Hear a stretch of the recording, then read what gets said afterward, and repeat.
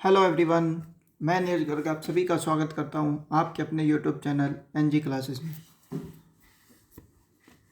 आज डिस्कस करेंगे 12th class में एक छोटा सा सब्जेक्ट अकाउंट के बारे में। ठीक है, आप सभी अकाउंट्स को अच्छे से पढ़ रहे होंगे, आई होप सो। अगर नहीं पढ़ रहे तो बच्चे इस चैनल पे बने रहें, आपको बहुत अच्छे लेवल से मैं सिखा दूंगा, छोटे से छोटा लेवल, अच्छे से अच्छा। कि जैसे सबसे पहला इशू ये है कि आप सभी बच्चों को, जैसे फॉर एग्ज़ाम्पल आपका जब एग्ज़ाम होता है +2 12th क्लास के अंदर, 3 आवर्स के अंदर आपको अपना अकाउंट्स का पेपर कंप्लीट करना होता है। ठीक है, विद इन 3 आवर्स के अंदर अंदर आपको पूरा करना होता है। देन हाउ टू कंप्लीट, तो हम उस अकाउंट्स के टॉपिक को, अकाउंट्स के पेपर एग्ज़ाम को किस हिसाब से अटैम्प्ट करें, किस हिसाब से पेपर को सॉल्व करें, उन सभी चीज़ों के बारे में बात करेंगे।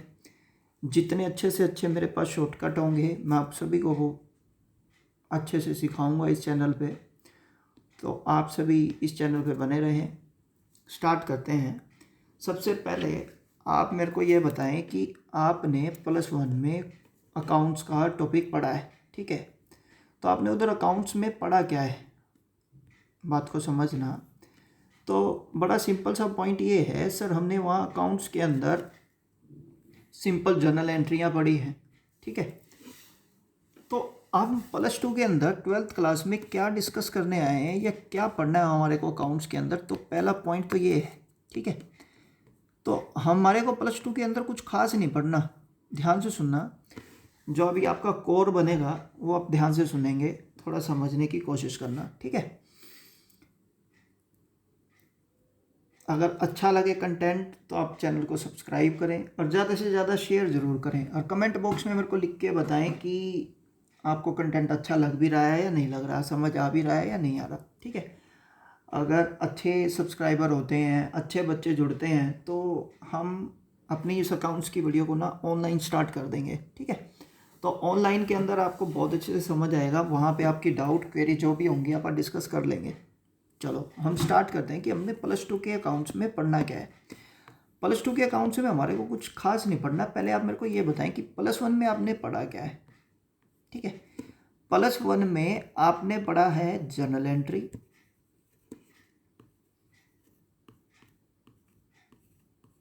ठीक है, और दूसरा पढ़ा जर्नल एंट्री से मेरे को अपने फाइनलाइज करने आने चाहिए account, finalisation of my accounts.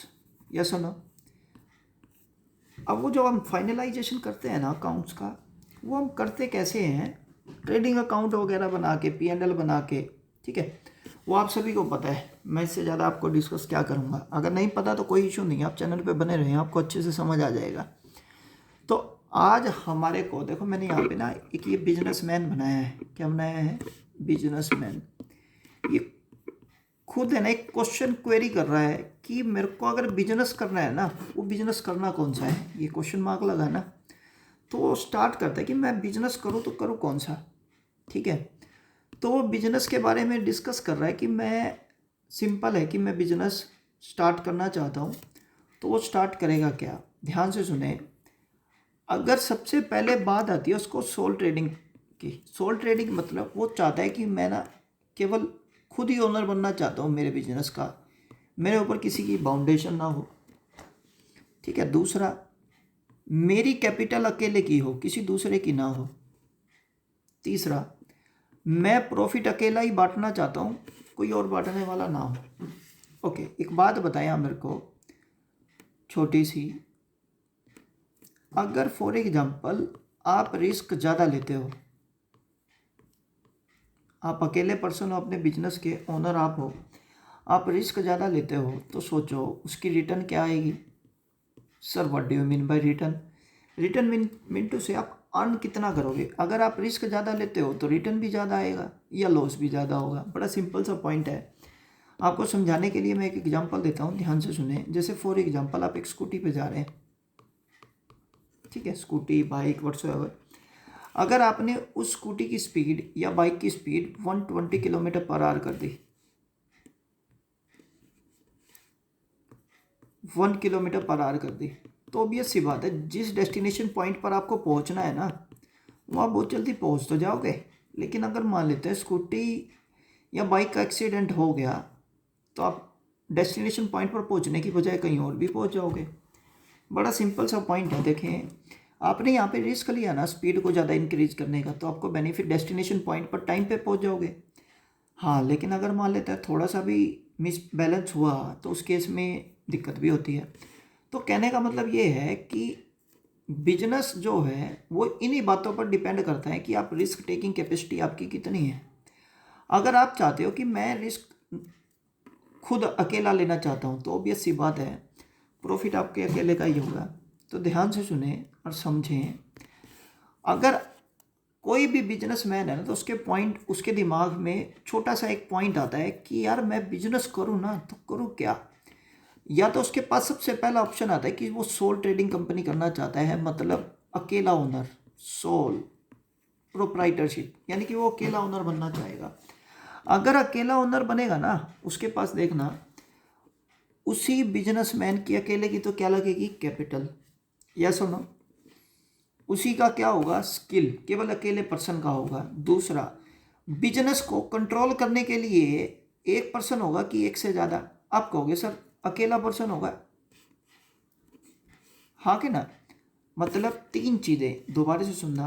Capital अकेले पर्सन की, स्किल उसके अकेले का यूज होगा, कंट्रोलिंग उसके अकेले की कंट्रोलिंग है, एंड रिस्क टेकिंग कैपेसिटी क्या है, मतलब रिस्क ज़्यादा ले कौन रहा है, वो भी अकेला पर्सन ही ले रहा है।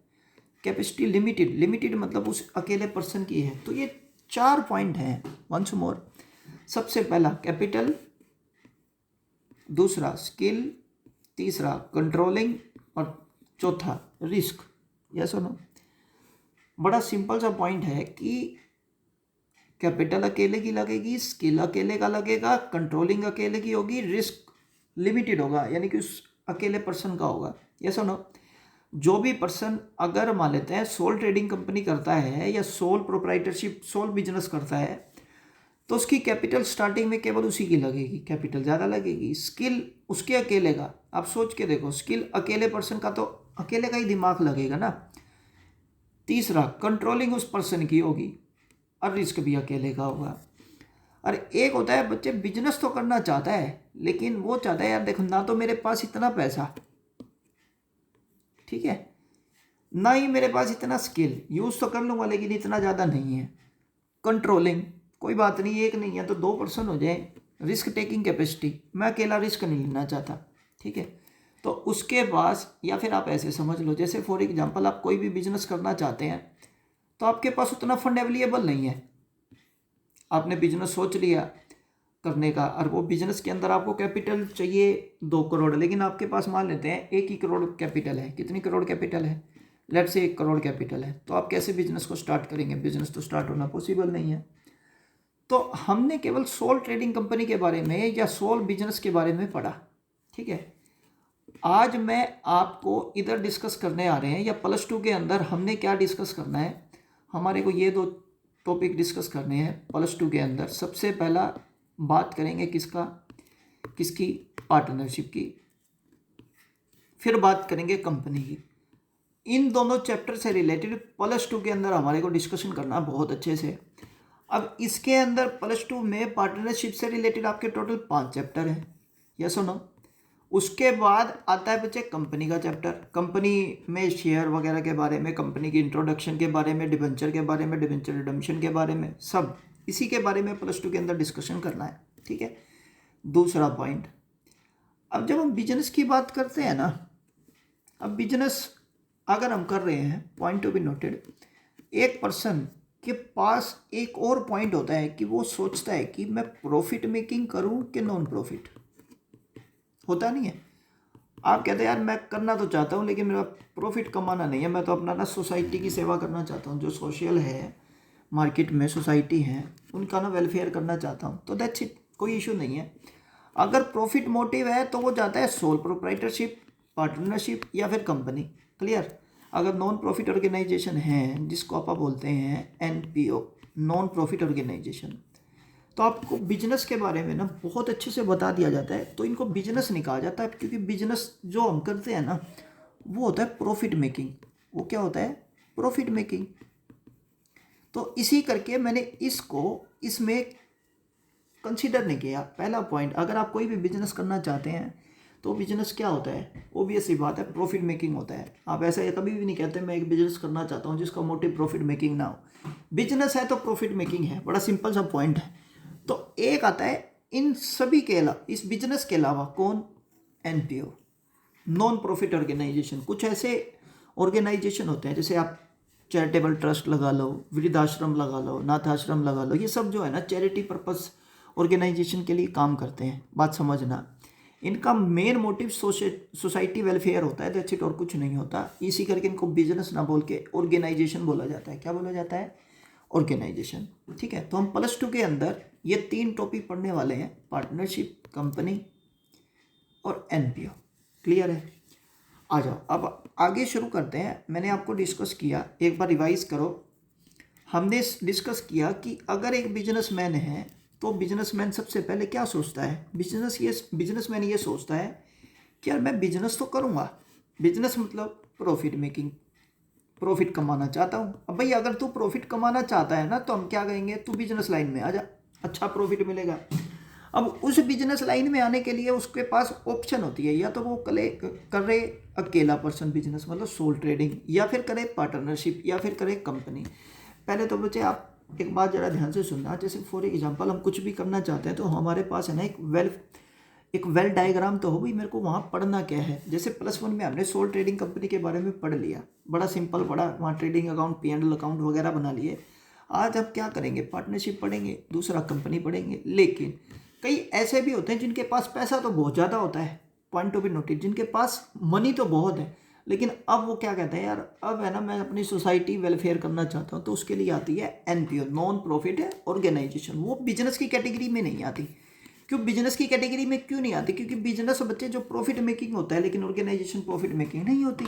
ठीक है, तो वो क्या करेगा? एनपीओ करेगा। क्या करेगा? एनपीओ। तो हमारे को अपने +2 के अंदर ये तीनों पॉइंट पढ़ने हैं। पहला एनपीओ के बारे में, दूसरा पार्टनरशिप के बारे में, फिर तीसरा पढ़ेंगे कंपनी के बारे में। आई होप सो आपको समझ आया हो। नेक्स्ट वन बात करते हैं। ठीक है, अब यहाँ तक आपने पढ़ने के बाद आप मेरे से एक ही बात कहोगे, सर ठीक है, एक बिजनेसमैन ये बात सोच रहा है कि वो बिजनेस करना चाहता है, तो वो बिजनेस करेगा कौन सा? बड़ा सिंपल है, या तो सोल ट्रेडिंग, या पार्टनरशिप, या कंपनी। अगर फॉर एग्जांपल उसके पास मनी है, यानी कि वो कैपिटल लगाना चाहता है अकेला, रिस्क टेकिंग कैपेसिटी उसकी ज़्यादा है। ठीक है, ताकि वो चाहता है कि अगर मैं रिस्क अकेला उठा रहा हूँ ना तो फिर प्रॉफिट भी मेरे को अकेले को मिले। ठीक है, कंट्रोलिंग वो अकेला ही करना चाहता है, तो हम उसको क्या राय देंगे? भाई तू सोल ट्रेडिंग कंपनी कर, बात खत्म हो गई, अपना अकेले का बिजनेस कर। दूसरा, अगर वो कहता है यार मेरे पास उतना पैसा नहीं है जितना मैं मतलब बिजनेस करना चाहता हूँ, तो हम कहते हैं यार ठीक है, अगर तू नहीं करना चाहता ना तो क्या कर? पार्टनरशिप कर। क्योंकि जो तेरा मोटिव है ना वो पार्टनरशिप ही पूरा करेगी। मतलब वो चाहता है यार मैं रिस्क ज़्यादा ना लूँ, रिस्क क्या करूँ? कम करूँ। अब सोचो, एक तो अकेला बंदा 2 करोड़ रुपए लगाए, अरे एक फॉर एग्जांपल 4 पर्सन आके 2 करोड़ रुपए लगाए, बिजनेस शुरू हो गया 2 करोड़ में। अब एक पर्सन की कैपिटल कितनी खत्म हो सकती है? 50 लाख। ये सुनो, तो रिस्क कम हो गया ना। तो बड़ा सिंपल सा पॉइंट है, ये कैपिटल बढ़ रही है तो रिस्क भी बढ़ रहा है। अब सोचो, अगर रिस्क बढ़ेगा तो प्रॉफिट भी बढ़ेगा। देखो वैसे वर्षा हो रही है ना, कैपिटल यहाँ ज़्यादा, यहाँ क्या हो गई? कम। भाई 4 पार्टनर मिलके कैपिटल लगा रहे हैं। स्किल, यहाँ पे अकेले पर्सन का स्किल था, अब यहाँ पे एक से ज़्यादा पर्सन का स्किल होता है। चलो, कंट्रोलिंग, यहाँ पर एक की है, यहाँ पर एक से ज़्यादा की कंट्रोलिंग है।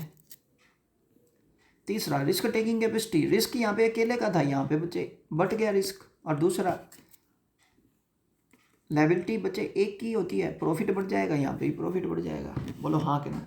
तो पहले आप अपने आप से क्वेश्चन अराइज करें कि मेरे को अगर पार्टनरशिप या सोल ट्रेडिंग कंपनी करनी है, सोल ट्रेडिंग बिजनेस करना चाहते हो, तो आपके पॉइंट दिमाग में ये आना चाहिए कि कौन पर्सन सोल करना चाहता है, कि कौन पार्टनरशिप करना चाहता है। ये अच्छे से क्लियर है। अब आगे सुनते हैं, समझना। तो यहाँ पर होता क्या है कि पार्टनरशिप करने के लिए अच्छा एक बात आपसे पूछता हूँ, बताना ध्यान से, छोड़ दो हम कुछ नहीं पढ़ रहे, मैं आपसे सिंपल एक बात पूछूंगा। आप अपने घर में फॉर एग्जांपल, आप सभी अपने अपने घर में रहते हैं, अगर मान लेते हैं आप हो, आपके ब्रदर हैं और आप एक और है, 3 पर्सन है मान लो आप, तो अगर आपको एक बंद कमरे में बंद करते हैं हम, तो सोचो एक टाइम पर, चलो ठीक है आप में प्यार है व्हाट्सएवर जो भी है, लेकिन कुछ टाइम के बाद झगड़े होने शुरू हो जाते हैं ना, हाँ कि ना। तो उन झगड़ों को निपटाने के लिए हमारे पास है ना एक हेड होता है, उस हेड का नाम आप सभी को पता है कौन होता है, आपके फादर या मदर। ठीक, आपके अंदर आप भाई बहनों में लड़ाई झगड़े होते हैं, तो उन लड़ाई झगड़ों को कंट्रोल कौन करता है, higher authority, father and mother. बड़ा सिंपल सा पॉइंट है। तो अब बच्चे एक पॉइंट आप समझना, क्यों पार्टनरशिप एक्ट आया, क्या जरूरत पड़ी थी पार्टनरशिप एक्ट को आने की, बात को समझें। क्योंकि बच्चे आपको ये चीज़ें अच्छे से समझ आ गई ना, तो आपको ये समझ आएगा क्यों लॉ बनता है। मैं ये नहीं कह रहा ये बना है, ठीक है बनता है, ऐसा मेरा कोई जवाब नहीं है। मैं आपको जस्ट सिंपली ये बता रहा हूँ क्यों बना है, तो बना क्यों है, ध्यान से सुने। यहाँ पे देखो पार्टनरशिप के अंदर आप सभी को पता है, बिजनेस जब अकेला करेगा तो वहाँ पे तो बच्चे सोच सोच के देखो, कोई झगड़े होने की मुद्दत आएगी नहीं, तो इसी करके वहाँ पे कोई लॉ वगैरह आता भी नहीं है। भाई ठीक है बना लो यार, अकाउंट्स लिखने की आपको नॉलेज दे दी जाती है, ख़त्म, बनाओ तो ठीक है, नहीं आपको भी पता है हर कोई बंदा कच्चे का काम करता है, ठीक है, अपने को उससे कोई लेना देना नहीं है, कच्चा पक्का दोनों ही चलता है, इट्स ओके, कोई इशू नहीं है। अगर मैं कह रहा हूँ पार्टनरशिप कर रहा है, क्या कर रहा है, कोई बंदा पार्टनरशिप कर रहा है, तो ऑब्वियस सी बात है वहाँ पर्सन एक आएगा, एक से ज़्यादा, तो आप कहोगे एक से ज़्यादा आएंगे। ये लो, मैंने कहा 2 पार्टनर आ गए, 2 पर्सन आ गए या 3 पर्सन आ गए, तो सोचो उनमें झगड़े कब नहीं होंगे, जब उनके अंदर बच्चे ट्रस्ट होगा, यानी कि लव होगा, हाँ क्या ना, प्यार होगा उनके बीच में।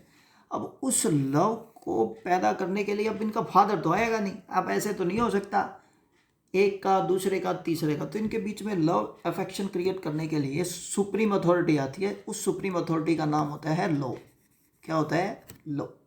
ठीक, वो कहता है भाई जब सॉरी, वो कहता है कि अगर एक से ज़्यादा पर्सन पार्टनर बनेंगे ना या कोई चीज़ करेंगे, तो कन्फर्म है उनमें झगड़े होने स्वाभाविक है, मतलब होंगे, बड़े नेचुरल है।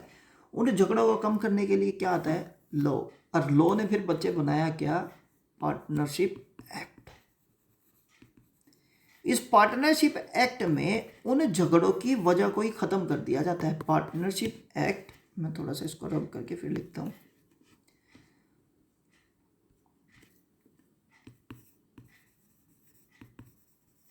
पार्टनरशिप एक्ट कब आया था, ये 1932 में, और सेक्शन नंबर 4 के अंदर ये बात लिखी गई कि भाई, मतलब कहने का बड़ा सिंपल सा पॉइंट है, उन 2 या 2 से ज़्यादा पर्सन्स में आपस में झगड़े ना हो, या कोई भी चीज़ ऐसी ना हो जिससे उनके बीच में कन्फ्लिक्ट पैदा हो, उन सभी को दूर करने के लिए, घर में तो फादर मदर होते हैं, लेकिन बिजनेस में कौन होगा, बिजनेस में क्या होगा बच्चे, लॉ। इसी करके हम कंपनी लॉ, बिजनेस लॉ पढ़ते हैं। चलो वो बिजनेस लॉ होता है, और वो बिजनेस लॉ हमारे को क्या करता है, पार्टनरशिप एक्ट देता है, जिससे कहता है पार्टनर में सुलह रहे, बिजनेस स्मूथली चलता रहे। ठीक, ठीक है सर, अब बात को समझते हैं आगे। पहले आपको ये समझ आया कि पार्टनरशिप लॉ क्यों आया, डन सर, समझ आता है। हम अब बात करते हैं कि पार्टनरशिप जो लॉ आ गया उसमें क्या हुआ। देखो, सम पर्सन्स, अब बच्चे जो लॉ की लैंग्वेज है ना, वो थोड़ी सी मॉडिफिकेशन में होती है। मॉडिफिकेशन इन द सेंस उसमें वर्ड्स छुपे हुए होते हैं, उनको आइडेंटिफाई करना पड़ता है। और दूसरी बात आपको बताऊं, जब आप एग्जाम में लॉ की लैंग्वेज लिखते हो ना, तो एग्जामिनर जो होता है वो बहुत खुश होता है। ध्यान से सुनना, तो मैं आपको एज इट इज वो लैंग्वेज याद कराने की कोशिश करूंगा। स्टार्ट करते हैं। यहाँ पे लिखा है सम पर्सन्स, क्या लिखा है, सम पर्सन्स। सम पर्सन्स में आपको पता है अकेला पर्सन तो पार्टनरशिप में आ नहीं सकता, तो 2 या 2 से ज़्यादा, तो सम पर्सन मतलब 2 और मोर, यस और नो, 2 और मोर पर्सन में कंबाइन, आपस में मिल जाते हैं, एंटर इनटू एन एग्रीमेंट, मतलब लॉ के अकॉर्डिंग ये एक एग्रीमेंट कर लेते हैं टू फॉर्म ए पार्टनरशिप बना लेते हैं। कुछ पर्सन आपस में मिलकर combine and enter into an agreement. Agreement क्या है मैं आपको अच्छे से डिस्कस करूंगा, आप टेंशन ना ले। टू फॉर्म ए पार्टनरशिप की हम पार्टनर हो गए 4। किस चीज़ के पार्टनर? एग्रीमेंट क्या होता है भाई, हम एक पार्टनर इतनी कैपिटल लाएगा, ये हम पार्टनर होंगे, हाँ क्या ना। PSR कैसे, प्रॉफिट शेयरिंग रेशो कैसे बटेगी, कुछ इस तरीके से। पहले आप मेरे को ये बताएं कि आपको ये दोनों चीज़ें अच्छे से समझ आती है। तीसरा आता है कंपनी के बारे में डिस्कस आप बहुत अच्छे से आगे आने वाले लेक्चर में डिस्कस करेंगे, ठीक है। अब आगे चलते हैं, स्टार्ट करते हैं। देखो, जब अकेला पर्सन शुरू करता है तो वो क्या होती है? Soul trading, soul business. 2 या मोर पर्सन अगर स्टार्ट करते हैं तो वो होती है पार्टनरशिप। ध्यान से ये क्या लिखा पढ़े, म्यूचुअल ट्रस्ट, एक दूसरे के ऊपर ट्रस्ट, फेथ, विश्वास कौन पैदा करता है? लॉ, ताकि उनमें सुलह रहे, झगड़ा ना हो। अब एक दूसरे के ऊपर ट्रस्ट नहीं होगा तो झगड़े ही होंगे। अब उन ट्रस्ट को और फेथ को बनाना, मतलब लव बनाना उनके बीच में, उसका काम कौन करेगा बच्चे? पार्टनरशिप एक्ट यानी कि लॉ। यस और no? For this purpose it is necessary to study the definition of partnership as given the partnership act, ताकि उनके बीच में म्यूचुअल ट्रस्ट और फेथ बने।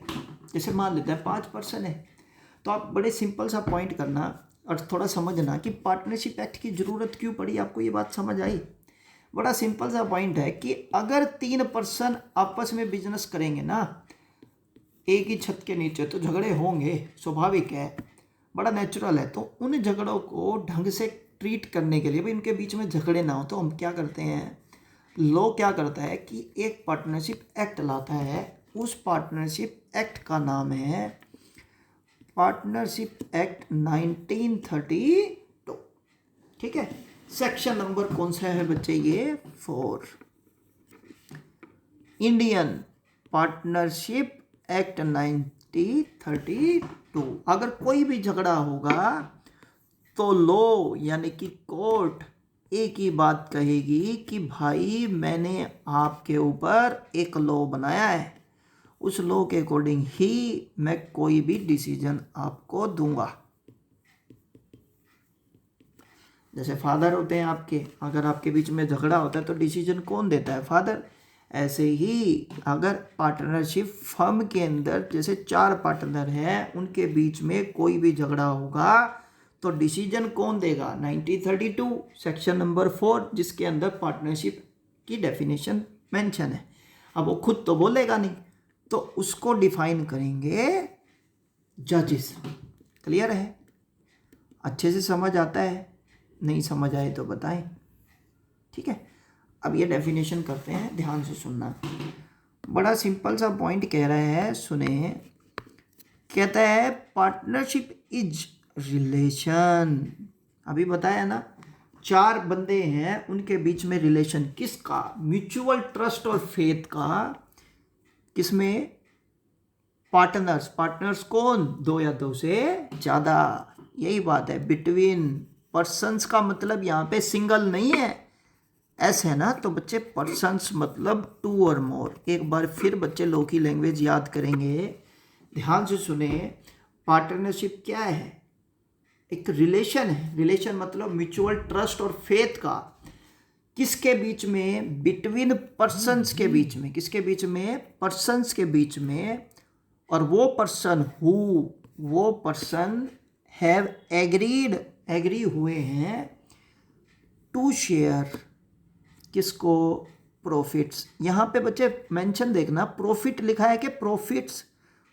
तो इसका मतलब है, सोचो मान लेते हैं आप 4 पार्टनर हैं, ठीक है। प्रॉफिट हुआ तो बांट लिया और लॉस हुआ तो वो चला गया नहीं। तो बच्चे यहाँ प्रॉफिट्स का मतलब profits as well as losses. एक बार फिर फोकस करेंगे, पार्टनरशिप क्या है? पार्टनरशिप इज रिलेशन है किसका? म्यूचुअल ट्रस्ट और फेथ का। किसके बीच में? बिटवीन पर्सन्स के बीच में। वो पर्सन्स हैव एग्रीड, वो एग्री हुए हैं किसके लिए, to share the profits, profits मतलब profit as well as losses of business. अभी मैंने आपको बोला था ना, बिजनेस, अगर कोई भी बंदा बिजनेस करता है तो उसका मोटिव क्या होता है, प्रॉफिट मेकिंग, यस और नो, उसका मोटिव क्या होता है बच्चे, प्रॉफिट मेकिंग। क्लियर है बात, चले, carried on by on by all और any of them acting for all. ये मैं आपको बहुत अच्छे से एक्सप्लेन करूंगा, आ जाओ अभी इधर आगे देखते हैं। देखो मैंने आपको बोला पर्सन्स का मतलब यहाँ क्या है, टू और मोर पर्सन्स। मिनिमम तो डिफाइन है एक्ट में, बट एक्ट में मैक्सिमम स्पेसिफाई नहीं है। पॉइंट टू बी नोटेड, ध्यान से सुनना। अगर आपसे एक एमसीक्यू पूछ ले कि पार्टनरशिप एक्ट के अंदर क्या पूछ ले, पार्टनरशिप एक्ट 1932 के अंदर मैक्सिमम पार्टनर कितने होंगे, तो आप ये कहना एक्ट नॉट स्पेसिफाई, एक्ट इसके बारे में साइलेंट है, एक्ट ने इसके बारे में कुछ नहीं बोला। ठीक, हाँ मिनिमम के बारे में बोला है कि मिनिमम कितने पार्टनर होने चाहिए, 2। लेकिन अगर क्वेश्चन आपके पास आ जाए एमसीक्यू की फॉर्म में, एमसीक्यू की फॉर्म में क्वेश्चन आएगा कि मैक्सिमम इंडियन पार्टनरशिप एक्ट 2013 में मेंशन है कि वो 50 पार्टनर होंगे, मतलब पार्टनरशिप एक्ट 1932 इसके बारे में, किसके बारे में, मैक्सिमम पार्टनर के बारे में कहता नहीं है। लेकिन कंपनी एक्ट 2013 जो है वो स्पेसिफाई करता है मैक्सिमम कितने, 50। ये एमसीक्यू क्वेश्चन आते भी हैं, हाँ बात को थोड़ा समझें, नहीं समझ आए तो वीडियो को रिवाइंड करके देखें। मैं दोबारा से बोल देता हूँ, कंपनी एक्ट 2013 तो मेंशन करता है कि 50 है मैक्सिमम, लेकिन 19 मतलब आपके पेपर में आएगा कि 1932 partnership act, according to partnership act 1932 maximum partner in a partnership firm, option लिख देगा 52 या नॉट स्पेसिफाई। तो आंसर क्या लिखोगे, नॉट स्पेसिफाई मैक्सिमम के बारे में। लेकिन अगर कंपनी एक्ट 2013 लिख दे उधर, तब आंसर आएगा कितना, 50। यस और नो, क्लियर है। आज बच्चे यहीं तक रखेंगे, ठीक है। आगे होगा तो मैं लेक्चर 1 आवर भी कर दूंगा, कोई इशू नहीं है। लेकिन आप पहले मेरे को कमेंट बॉक्स में बताना कि आपको लेक्चर कैसा लगा, ठीक है। अच्छा लगा तो बच्चे लाइक ज़रूर करें, वीडियो को ज़्यादा से ज़्यादा शेयर करें। मैं आपको ये फुल श्योरिटी दे रहा हूँ, अगर बच्चे ठीक ठाक से जुड़े तो कंफर्म मैं आपको कह रहा हूँ कि मैं आपको +2 का अकाउंट्स ऑनलाइन करा दूँगा। और कराने का इन द सेंस ऐसा नहीं है कि ऑनलाइन पढ़ के आपको समझ नहीं आएगा, एक क्वेश्चन होगा और दूसरा आपके मार्क्स आएंगे, गारंटेड आएंगे। अगर आपने ढंग से यहाँ से पढ़ा ना तो आपको चेंज भी लगेगा, ऐसा नहीं है कि चेंज नहीं होगा। आप जहाँ भी पढ़ रहे हैं, ऐसा नहीं है कोई आपको बुरा पढ़ाता है, हर कोई टीचर बहुत अच्छा पढ़ाता है, वेल एक्सप्लेन होते हैं। क्योंकि टीचर कोई भी बनता है ना बच्चे, प्रोफेशनल जो टीचर का है वो हर टीचर को ना अपना यूनिकपन जरूर देता है। तो टीचर का प्रोफेशनल ऐसा ही होता है, प्रोफेशन ऐसा ही होता है। तो मैं तो यही कह रहा हूँ बच्चे, कोई भी टीचर आपको बेकार नहीं पढ़ाता, सब अच्छे पढ़ाते हैं, ठीक है। मैं सिंपली ये बता रहा हूँ कि मैं पढ़ा लूँगा, लेकिन आपको यूनिकपन जरूर मिलेगा सारी बातों के अंदर। आई होप सो आपको सभी को समझ आया हो। चैनल को लाइक करें, शेयर करें, ज़्यादा से ज़्यादा शेयर करें। Thank you.